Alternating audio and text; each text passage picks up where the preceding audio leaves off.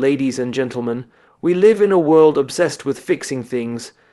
Broken phones, outdated software, damaged relationships. We rush to solve, to patch, to upgrade. But rarely, so rarely, do we stop to ask, what about us? What about the person holding the phone, the one trapped in the broken relationship, the one pretending everything is fine? There's a question I believe we all need to confront. Not tomorrow, not next year, but right now. What if the thing that needs fixing most is you? You see, we spend so much time reacting to life that we forget to prepare for it. We don't drown because we fall in the water.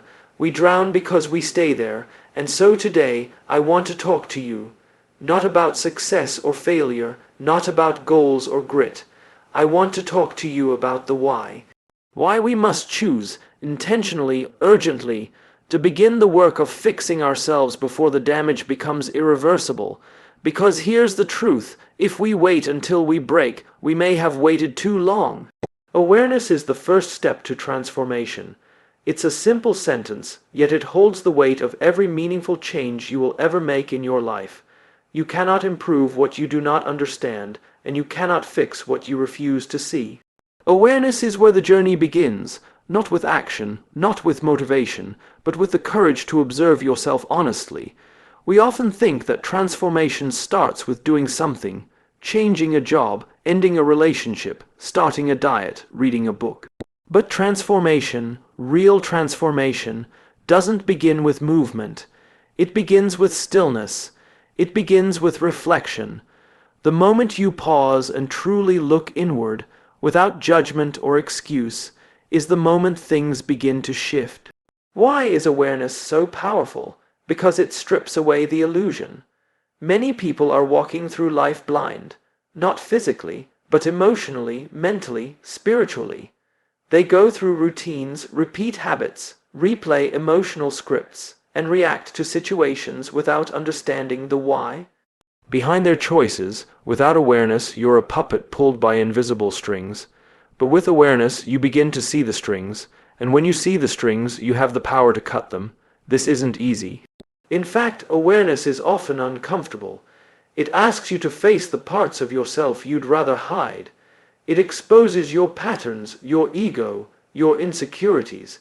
It shows you where you've been sabotaging yourself, where you've been settling, and where you've been lying to yourself. And that kind of truth can sting, but that sting is necessary.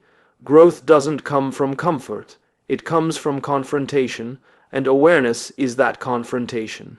It's standing in front of the mirror, not the one that reflects your face, but the one that reflects your choices, and saying, "This is who I am right now."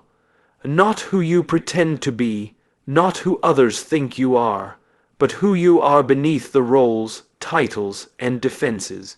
And here's the beautiful part. Awareness isn't about shame. It's about clarity. It's not about labeling yourself as broken or flawed. It's about recognizing where your current behavior no longer serves your future. Awareness gives you the power to choose differently. You can't rewrite your past, but the moment you become aware, you can begin to rewrite your future. Think of it like being lost in a forest. You can run around in circles, panic, or follow random paths, but nothing really changes until you stop and say, "Where am I? How did I get here?" That pause, that awareness of your location, is what allows you to find direction. Life is the same. We run in cycles, repeat mistakes, attract the same kinds of people and problems, until one day we ask why, and that why becomes the beginning of change. Awareness also builds empathy, for yourself and for others. When you begin to understand your own patterns and wounds, you stop judging others so quickly. You see that everyone is fighting invisible battles.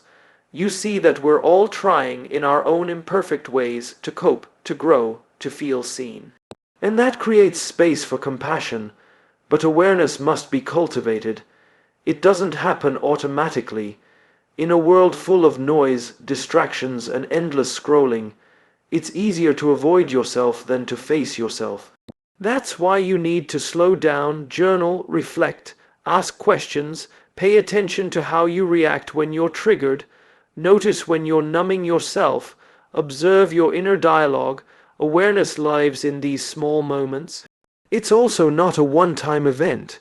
You don't become aware once and then you're done. It's a lifelong practice. The deeper you go, the more you uncover. It's like peeling back layers of an onion. Some layers will make you cry, others will set you free, but each layer brings you closer to your authentic self. The truth is, without awareness, all change is temporary. You can force yourself into new habits, but if you don't understand the root cause of your behavior, you'll fall back into the same loop. You'll relapse into the same mindset. True transformation requires inner clarity, and inner clarity begins with awareness. So, before you try to fix your life, fix your schedule, fix your relationships, stop and ask, am I aware of myself? Am I truly paying attention to who I've become and how I got here? Because the moment you become aware is the moment you reclaim your power. And that's the moment transformation begins. Avoiding self-work leads to delayed damage. It's a truth most people learn the hard way. After something breaks, after a relationship ends, after health declines, after the silence becomes too loud to ignore. The irony is that the warning signs were always there, small and subtle at first. But when we choose to look away, to distract ourselves, to pretend everything is fine, we don't erase the damage, we simply delay it. And when damage is delayed, it tends to grow. Every unresolved emotion, every suppressed truth, every ignored habit compounds over time. It's like a leak in the ceiling. At first, it's just a drop. Inconvenient, perhaps even invisible. But over time it spreads, it weakens the foundation, it creates mold. The damage becomes structural. That's what happens when we avoid the inner work we know we need to do. It doesn't disappear, it just waits. And then one day, it demands your attention in the form of a crisis. People avoid self-work for many reasons: fear, pride, distraction, comfort. It's easier to binge, watch another show than to sit in silence with your own thoughts.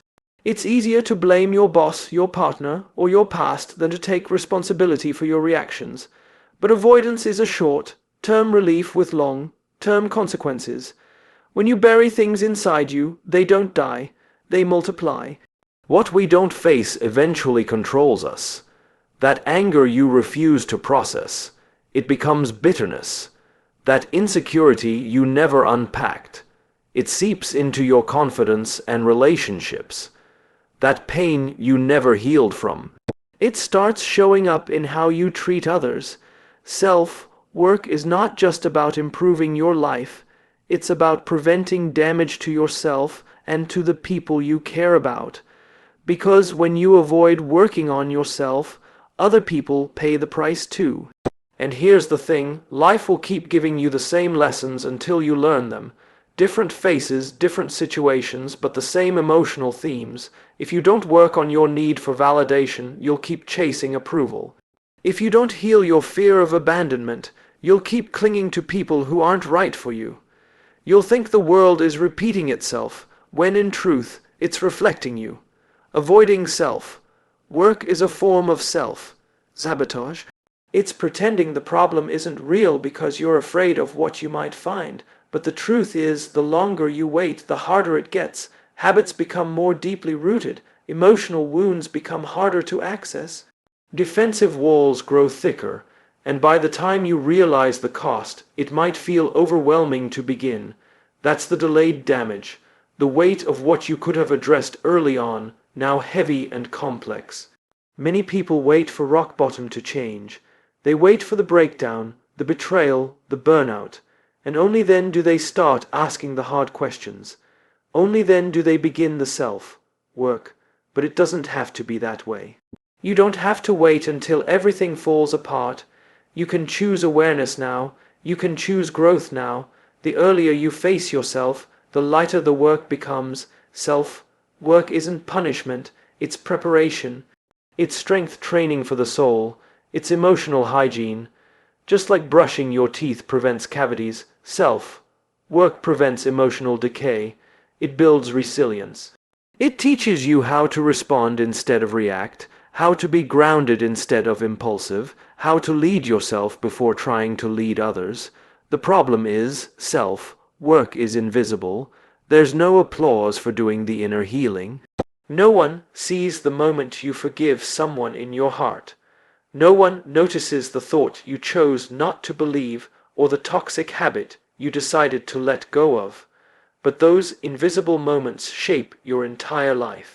What's invisible today becomes your reality tomorrow. Avoiding self-work also keeps you stuck in a false sense of safety. You convince yourself things are fine, but deep down, you know you're not okay. You feel it in your quiet moments, in your distractions, in your anxiety. The cost of avoidance is authenticity. You can't fully be yourself when you're hiding from yourself.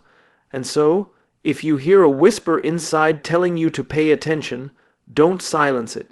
That whisper is your soul asking for attention. If you feel discomfort, lean in, not away. That discomfort is a signpost. It's pointing to something that wants to be healed, understood, transformed. The longer you wait, the more you lose time, energy, and opportunity. Delayed damage is still damage, and when you finally decide to do the work, you'll wish you started earlier. You'll wish you didn't wait for a breakdown to break through. So start now, not because you're broken, but because you're worth the effort, because your future self is depending on you to be brave today. Discipline today prevents regret tomorrow. It's not a dramatic statement. It's a quiet, consistent truth that plays out in everyday life. Discipline isn't about punishing yourself or living rigidly. It's about honoring the future version of you by making choices today that may be uncomfortable but deeply necessary. The choices that your future self will thank you for. Regret, on the other hand, is the price we pay for delayed effort. It is the painful awareness that we could have done better if only we had tried, if only we had started sooner, if only we had stuck with it. Most people don't regret their failures as much as they regret their inaction. They regret not having the discipline to follow through, to stay consistent, to push through discomfort. And the thing about regret is, once it arrives, it can't be undone. You can learn from it, but you can't reverse it. Discipline is what creates the small wins that compound over time. It's choosing to work on yourself even when motivation is low. It's waking up early when it's easier to hit snooze. It's saying no to distractions so you can say yes to what really matters. These choices seem small in the moment, but they're incredibly powerful, because every time you choose discipline, you're casting a vote for the kind of person you want to become. Most people wait to feel motivated before they take action. But motivation is fleeting, it's emotional, unpredictable. Discipline is reliable, it shows up even when you don't feel like it. It doesn't ask if you're in the mood, it simply follows through. That's what makes it so effective, and so rare. Think about any area of your life, your health, your relationships, your career, your mindset. Wherever you see success, you'll find discipline behind it. Not a single great thing is built without it. And yet, we often avoid discipline because it feels restrictive. But the truth is, lack of discipline is the real prison. It locks you in a cycle of poor choices, low self-esteem, and wasted time. People think freedom comes from doing whatever you want, but real freedom comes from doing what you must so that later you can do what you want without consequences. Discipline is what protects your time, your energy, and your values. It guards your future from the regrets that come from neglect. It also builds self-respect. Every time you do what you said you'd do, even when it's hard, you prove to yourself that you are trustworthy. You begin to see yourself differently. You're no longer someone who breaks promises to yourself. You become someone who shows up. And that inner trust is one of the most powerful things a person can build. The hard part is that discipline usually feels thankless in the moment. No one sees the workout you didn't skip. No one applauds the temptation you resisted. No one cheers for the time you spent studying, journaling, reflecting, or healing. But all of that invisible effort builds a visible life, one with peace, strength, and purpose, and most importantly, one with fewer regrets. Regret often doesn't shout, it whispers. It comes to you late at night when things are quiet. It shows up in the form of what if, or why didn't I? It haunts your memories not because you failed, but because you never gave yourself the chance to succeed. And all of it could have been avoided not with perfection, but with consistency. Not with dramatic effort, but with small acts of discipline repeated daily. Discipline is hard at first, but it becomes easier the more you practice it. It's like building a muscle. The first few times are uncomfortable, but over time you grow stronger, your resistance weakens, your identity shifts. You stop trying to be disciplined and start being disciplined. It becomes who you are, not just something you try to do. The greatest favor you can do for your future self is to stay disciplined today. Not because someone else told you to, not because you're chasing approval, but because you care enough about your life not to waste it. Because you understand that time is not refundable and energy is not infinite, and every day you delay the work is a day you could have been one step closer. So when the choice arises, comfort or discipline, pause and ask yourself, will this choice serve me tomorrow? If the answer is no, choose again. Choose the path that may be hard now but leads to peace later, because the pain of discipline is temporary, but the pain of regret can last a lifetime. Your habits shape your future, silently but surely. Every small decision you make, every action you repeat without thinking, is a thread in the fabric of your life. You may not notice the impact immediately. In fact, most people don't. That's the deceptive nature of habits. They're quiet, subtle, and seemingly insignificant. But over time, they become the invisible architecture of your future. You don't become successful overnight. You don't fall into failure in a single moment.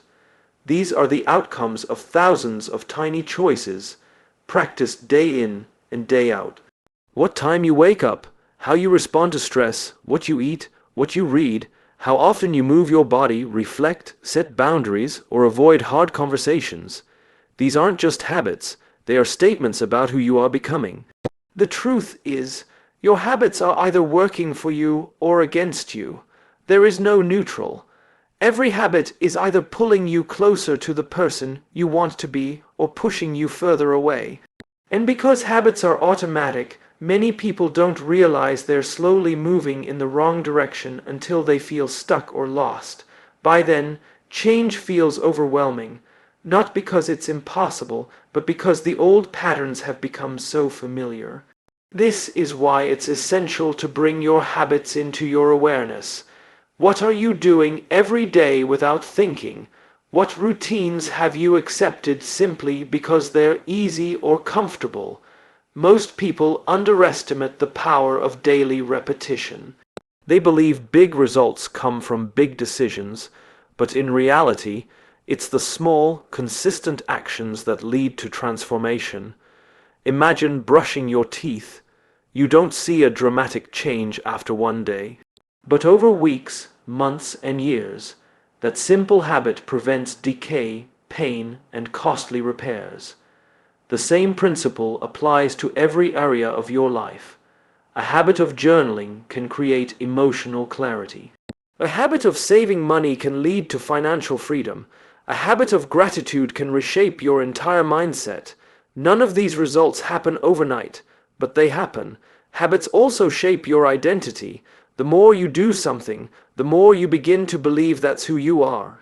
If you run every morning, you start seeing yourself as a disciplined person. If you constantly procrastinate, you may start believing you're lazy, even if that's not the full truth. Your actions are not just things you do, they're signals to your brain about who you are. And over time, identity and habit become tightly linked. This is powerful because it means that changing your habits can change how you see yourself. And once your identity shifts, your behavior becomes more natural. You no longer have to force it. You act in alignment with who you believe you are. That's why lasting change always starts with small habits. They may feel insignificant at first, but they're building something much bigger beneath the surface. The challenge is that bad habits are often easier in the moment. Scrolling your phone is easier than going for a walk. Eating junk food is more tempting than cooking something healthy. Avoiding tough conversations feels more comfortable than facing them. But what's easy now is often hard later, and what's hard now tends to make life easier in the future. This is where self-awareness and discipline intersect. You have to zoom out and ask, asterisk, where is this habit leading me? Asterisk, not just how it feels now, but what kind of person it's helping me become, because a habit repeated daily becomes a lifestyle. A lifestyle becomes a mindset, and your mindset becomes your reality. The good news is that you don't need to overhaul your life overnight. Start small. Replace one negative habit with one positive one. Make it so easy that it's hard to fail. 5 minutes of reading instead of 10 minutes of scrolling. One healthy meal instead of another processed one. A short walk instead of a long excuse. Consistency is more powerful than intensity. What you do repeatedly will always beat what you do occasionally. Also, give your habits time. Don't expect instant rewards. The results of good habits are often delayed, but so are the consequences of bad ones. That's what makes habits tricky to measure in the short term, but undeniable in the long run. Keep going even when the progress is invisible, because it's never truly invisible. It's working beneath the surface, building momentum, shaping who you're becoming. Ultimately, your habits are the script you follow. If you want to change the story of your life, you have to rewrite the script. And that begins with small, intentional decisions, not dramatic declarations. Just one better choice today, one small shift, because your future isn't decided in some distant moment. It's being written right now by the habits you choose to live by. Emotional honesty is strength, not weakness. Yet for so many people, it feels like the opposite.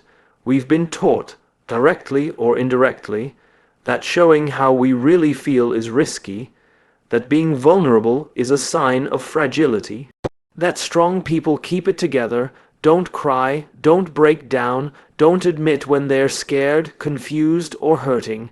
But this idea is not just outdated, it's dangerous, because when you suppress what's real, you disconnect from yourself, and over time that disconnection becomes a form of emotional decay.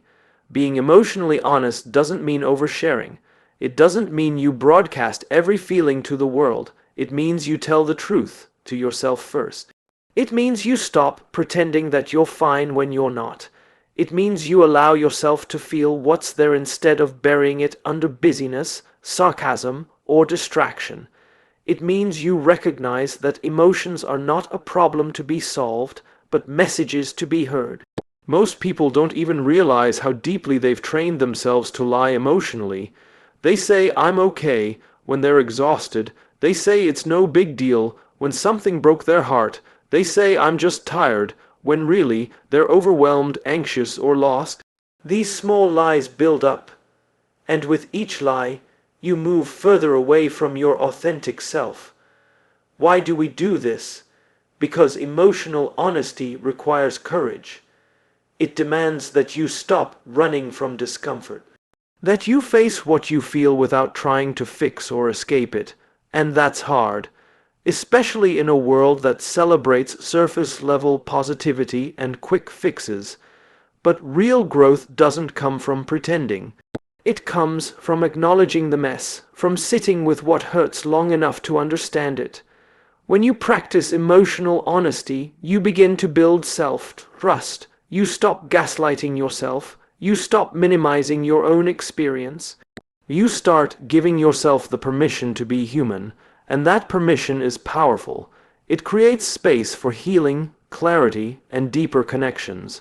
You also stop projecting your pain onto others. When you're not honest about what you're carrying inside, it spills out in passive aggression, withdrawal, resentment, or sudden outbursts. You lash out at people not because they did something wrong, but because you haven't dealt with your own internal chaos. Emotional dishonesty doesn't just hurt you. It hurts your relationships. It creates distance where there could be closeness, confusion where there could be understanding. On the other hand, when you're emotionally honest with yourself and others, you invite authenticity. You allow others to see the real you, and in doing so, you give them permission to be real too. Vulnerability is contagious in the best way. It deepens trust, connection, and intimacy. It removes the masks and builds bridges. Some people worry that being emotionally honest makes them weak or overly sensitive, but the opposite is true. It takes incredible strength to say, "I'm struggling right now." It takes resilience to feel deeply and still keep showing up. Emotional honesty is not weakness. It's wisdom.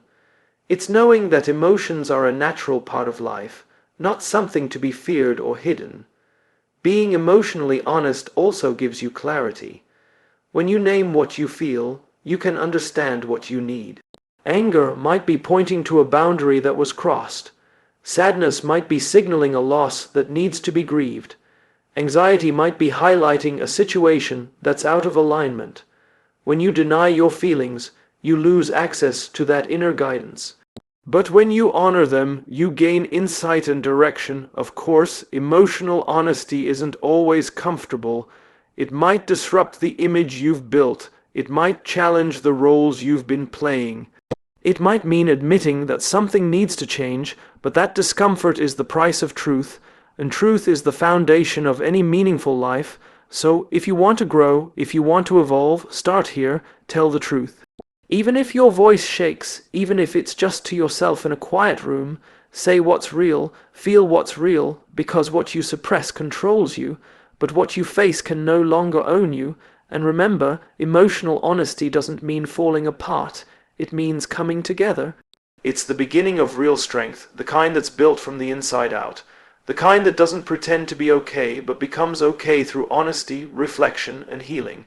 You don't become weak by feeling. You become real. And being real is the strongest thing you can be. Time won't wait for you to get ready. That's the hard truth most people ignore until it's too late.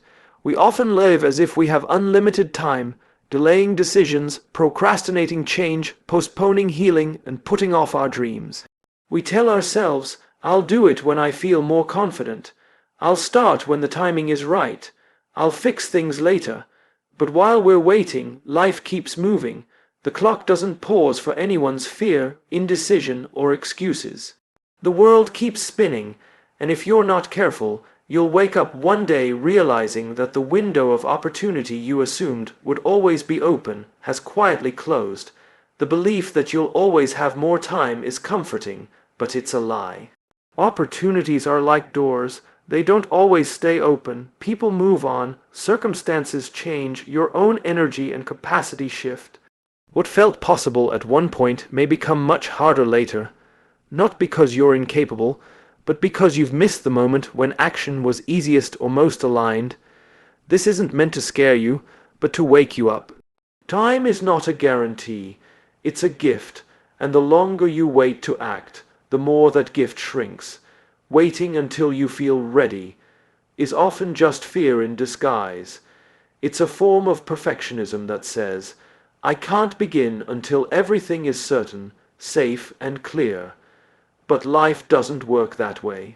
Clarity comes from movement, not waiting. Growth comes from action, not planning. Readiness is not something you wait for. It's something you build by starting anyway. So many people spend years circling the same problems, holding onto the same pain, stuck in the same patterns, not because they can't change, but because they keep telling themselves they'll deal with it later. But later isn't a strategy. Later is a trap. Later becomes next year becomes 5 years, and 5 years becomes a life you never meant to live. Every day you delay fixing yourself, you reinforce the very version of you that you're trying to outgrow. You become more attached to your old habits, your limiting beliefs, and your self-sabotaging behaviors. Change gets harder, not because change is impossible, but because your resistance becomes stronger. You get used to your own stuckness, and eventually you start calling it your personality, But it's not who you are. It's just who you've been repeating. You don't need a perfect plan to begin. You need courage. You need honesty. And most of all, you need urgency. Not panic, but purpose. You need to realize that the time to start is now, even if you're unsure, even if you're afraid, even if you're still figuring it out. Because progress doesn't come from knowing everything. It comes from doing something. Sometimes people say, I'm just not ready to change. But that's like saying, I'm not ready to stop drowning. Change doesn't wait for your comfort. It comes when you decide that staying the same is no longer worth the cost. And the longer you put it off, the heavier that cost becomes. You lose time, yes, but also momentum, confidence, and opportunity. And no one can give those things back to you. There will never be a perfect time to start working on yourself. Life will always be busy, you'll always have doubts, but there will be a moment, perhaps right now, when you realize that not starting is more painful than taking the risk. That's your moment. That's your chance. Don't let it pass, because eventually life will catch up. Time will demand your attention. The cracks you ignored will widen. The consequences of delay will show up in your health, your relationships, your career, your spirit. What once felt optional will feel urgent, and what once felt possible may no longer be available. That's what too late looks like, not because it's impossible to come back, but because it's so much harder than it needed to be. So if there's a part of you that knows change is needed, listen to it. Don't silence that voice with distractions. Don't smother it with excuses. Respect it. Act on it. Let it guide you, not into a perfect life, but into an honest one. One where you stop waiting and start becoming. Time won't wait, but you don't have to be left behind. You just have to begin. Perfectly, bravely, urgently, because your life is happening right now, not someday. And the most powerful thing you can do is meet this moment fully. Not when you're ready, but because you're finally willing.